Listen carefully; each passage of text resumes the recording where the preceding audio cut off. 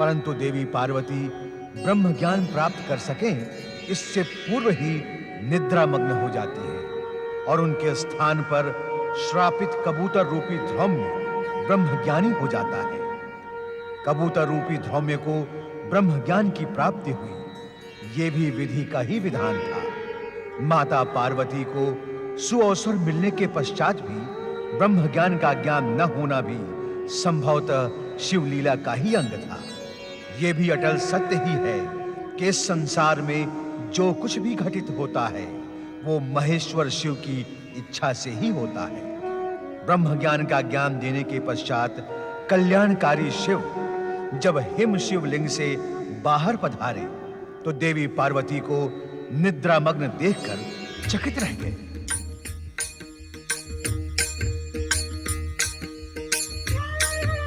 तुम सो रही हो पार्वती, तुम अपनी निद्रा को रोक न सकी। परम शिव तत्व और ब्रह्म ज्ञान की प्राप्ति के स्थान पर तुम्हें निद्रा ही प्रिय लगी। आश्चर्य है, हमारे प्रत्येक वचन पर हुंकार कौन भर रहा था? कौन है वो प्राणी जो हमारी आज्ञा के बिना इस दिव्य ब्रह्म ज्ञान के संदेश को सुनकर हुंकार भर रहा था? उपस्थित हो।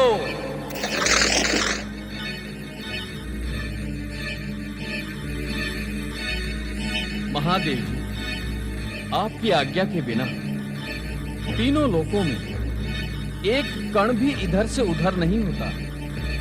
मुझे आपके डमरूनाद द्वारा इस स्थान पर पहुंचने का संदेश मिला।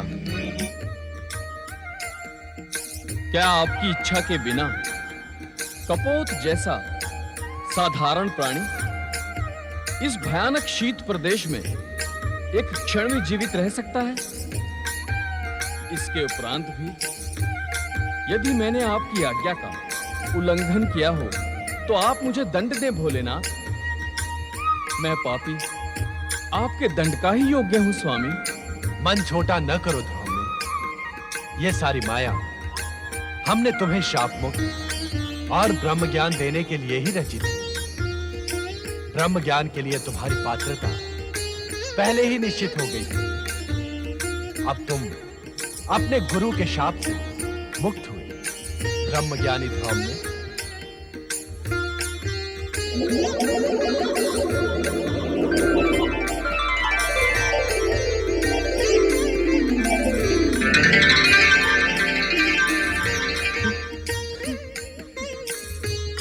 भोलेनाथ, भोलेनाथ, आप कृपा निधान हैं, दया के सागर हैं। शापग्रस्त धौम्य को कपोत योनि से मुक्ति देने के लिए आपने कितना कष्ट किया है।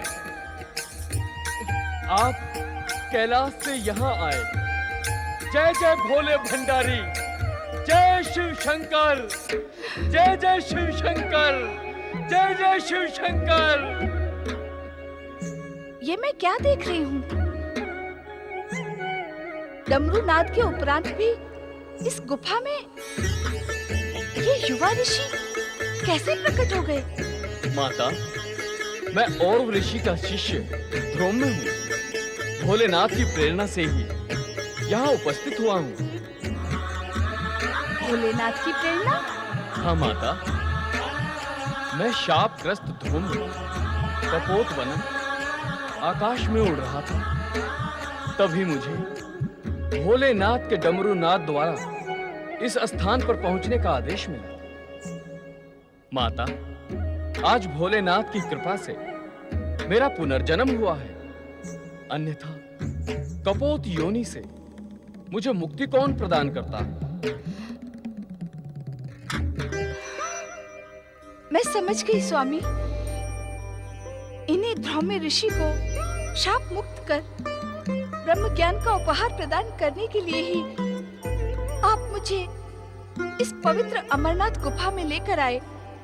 किंतु मेरा दुर्भाग्य देखिए स्वामी, पाकर भी मैं उस दिव्य ज्ञान से वंचित रह गई। मेरी मेरी अभागी निद्रा। पश्चाताप न करो पार्वती। तुम्हारा निद्रा मग्न होना भी हमारी ही लीला का अंग था। ध्रुव, अब तुम अपने गुरु के पास जाकर उनकी उद्विग्नता का शमन करो। हमारी आराधना करते हुए भी वे दुखी हैं। उनका मन अस्थिर है। तुम उन्हें दिव्य ब्रह्म ज्ञान प्रदान करो जो तुम्हें हमसे प्राप्त हुआ है। हाँ ध्रुव में एक शिष्य का अपने गुरु के प्रति यही कर्तव्य भी है, एवं संभवतः आने वाला भविष्य इस बात का साक्षी होगा कि तुमसे अधिक मूल्यवान गुरु दक्षिणा किसी भी शिष्य ने अपने गुरु को प्रदान नहीं की। जो आज्ञा माता। ध्रुव में हम तुम्हारे विनम्र स्वभाव और सदाचार से प्रसन्न होकर तुम्हें दिव्य शक्तियां भी प्रदान करेंगे।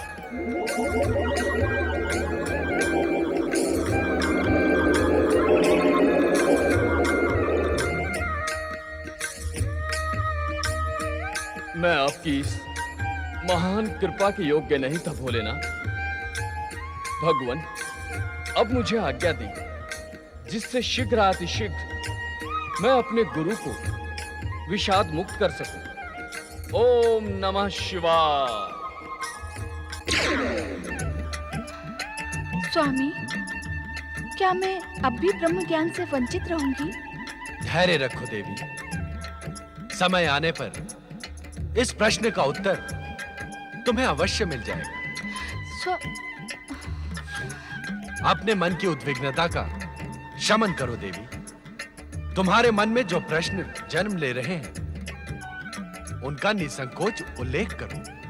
स्वामी, ये अमरनाथ गुफा आपके ब्रह्म ज्ञान प्रदान करने से ब्रह्म भूमि बन गई है। इसके शांत तथा आध्यात्मिक वातावरण ने मेरे मन को प्रफुल्लित कर दिया है। स्वामी, अब मेरा मन यहाँ से जाने को उत्सुक नहीं है।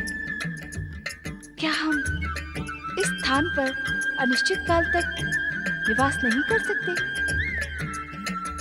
तनिक अपने नंदी तथा अन्य शिव भक्तों के साथ ही उन प्रियजनों की भी चिंता करो पार्वती, जो अपने समस्याओं के समाधान के लिए हमारी शरण में कैलाश पहुंचते हैं।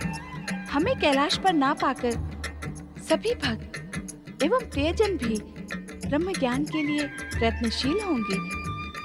इससे उन सबका कल्याण होगा। माँ के हृदय में ममता का ही वास होता है। जो ज्ञान तुम स्वयं प्राप्त न कर सकी, उसे अपने भक्तों को प्राप्त कराने के लिए कितनी ललायत हो तुम। तुम्हारी इच्छा का सम्मान करते हुए हम तब तक यहाँ निवास करेंगे जब तक तुम स्वयं कैलाश जाने की इच्छुक नहीं होती। किंतु क्या स्वामी? हम यहाँ इस रूप में न रहकर हमारे प्रतीक हिम निर्मित शिवलिंग में ज्योति स्वरूप में निवास करेंगे। जो आज्ञा स्वामी।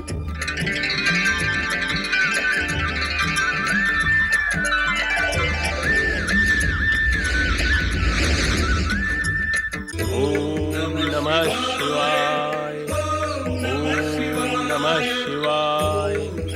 ओम नमः शिवाय। ओम नमः शिवाय। ओम नमः शिवाय। ओम नमः शिवाय। ओम नमः शिवाय। ओम नमः शिवाय। गुरुदेव और की जय हो। तुम प्रणाम गुरुदेव। गुरुदेव, आपका शिष्य भगवान शिव की महान कृपा से आपके श्री चरणों में कपोत योनि से मुक्ति पाकर पुनः उपस्थित हुआ है। गुरुदेव, मैं आपके आशीर्वाद का आकांक्षी हूँ। तुम आ गए पुत्र।